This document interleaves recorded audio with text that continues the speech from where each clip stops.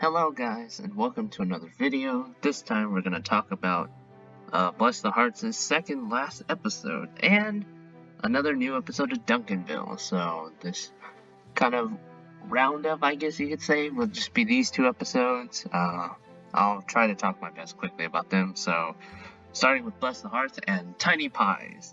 This is a Betty focused episode, and they try to impress their new New York neighbors after they move in, because it's called Southern Hospitality. And Wayne and Travis try to win a cornhole competition to save the Mee-Maw's restaurant because there's a sinkhole. So I'm gonna be a little brief on the subplot because I didn't really care for it for the most part. Like, individual scenes of it were kind of fun, I guess. Like them somehow winning, like somehow the cornhole fit into a little tiny hole that only water could fit in.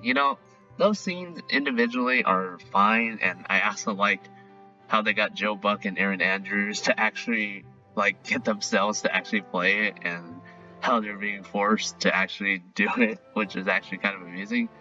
But the rest of it doesn't really feel like anything interesting or even kind of funny.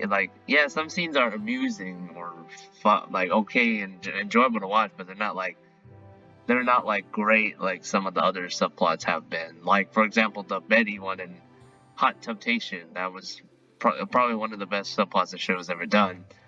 I feel like even though I do like Kenan Thompson for the most part, like most of the work he's in, I do like. I mean, even though his show on NBC is pretty boring, he's probably I guess you could say he's probably one of the best ones on the show. But it's just that everyone else kind of just drags it down. But he's clearly working with a poor script.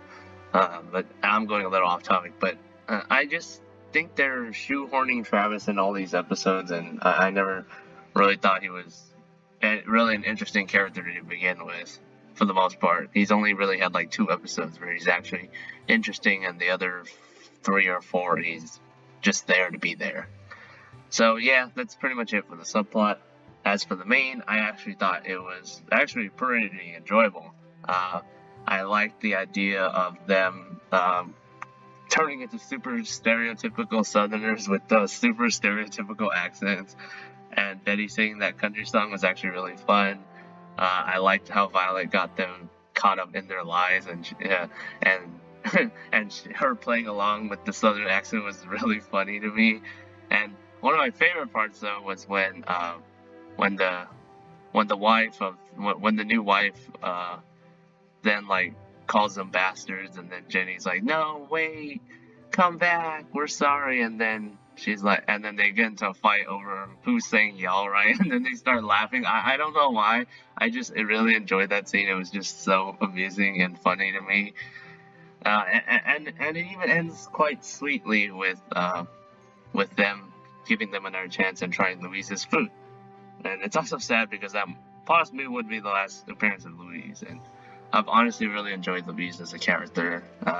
Almost anything Louise does is honestly really funny to me.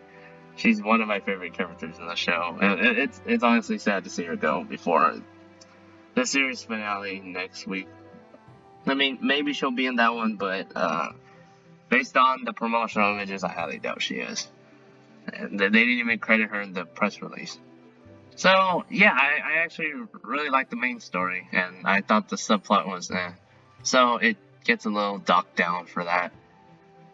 But it was good. So now onto Duncanville and Sibling Revelry. This is a Duncan and Kimberly episode where they get sent to camp, like a camp away from everything in I guess you can call it a summer camp, to force them to get along after they keep fighting every day. And then because of that, the two parents, Jack and Annie, give Jing all their attention, and she somehow gets tired of it. So actually, this is probably my favorite episode of the show so far, to be honest. Mainly because Jing is the real MVP, like last week, of this episode, and the main actually wasn't boring for once. Like last week's episode, the one about the racing cars, I didn't really care for it, but this one at least managed to keep me interested. It was somewhat funny as well. Sure, it's kind of in some parts, but it was a lot better than a lot of the other subplots in this show. I liked them somehow forcing. So I like them forcing, like they force each other to get along so they can get out of camp. But then Duncan ends up screwing it up at the end, and then they have to go into a survival fight. Like no, like more like a survival of the fittest thing where they have to like escape from a moose that tries to attack them, which was surprisingly pretty enjoyable. Of course, it's a little predictable because you know it's a sitcom, but I found myself enjoying most of it. Now on to the subplot with Jing. I really like this subplot mainly because, as I said before, Jing is the MVP of this show as a whole. Everything she says is so funny. It's also surprisingly pretty cute. And yeah, but like she's like the most funniest character in the show. And it's funny how the roles were reversed and like Jack and Annie were like, when are you coming back? You can use the iPad. She's like, you can use the iPad while you wait for me. Like honestly, everything about this character is just so great, and I really like this character.